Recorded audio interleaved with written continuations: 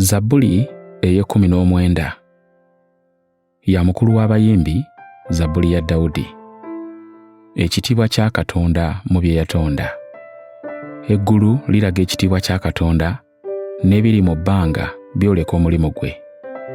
Buli lunaku oluggwaako lutegeeza oluddirira, n'ekiro kitegeeza kinnaakyo ekiddirira.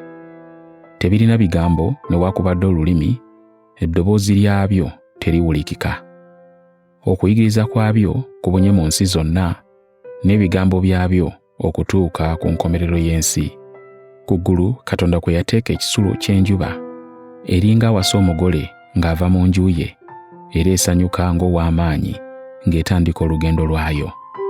Evaayo ku ludda olumu olw'eggulu ne yeetooloola okutuuka ku ludda olulala, so tewali kintu ekikwekebwa mu kwokya kwayo.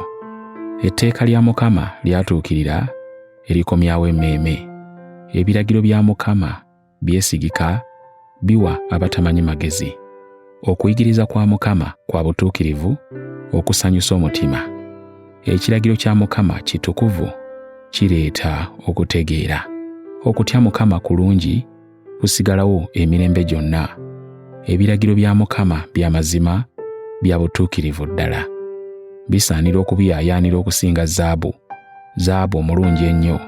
Biwoomerera okusinga omubisi gw'enjuki n'ebisenge byagwo. Era ebyo bye birabula omuddu wo, okubikuuma kulimu empeera ennene. Ani ayinza okukebera ebyonoono bye?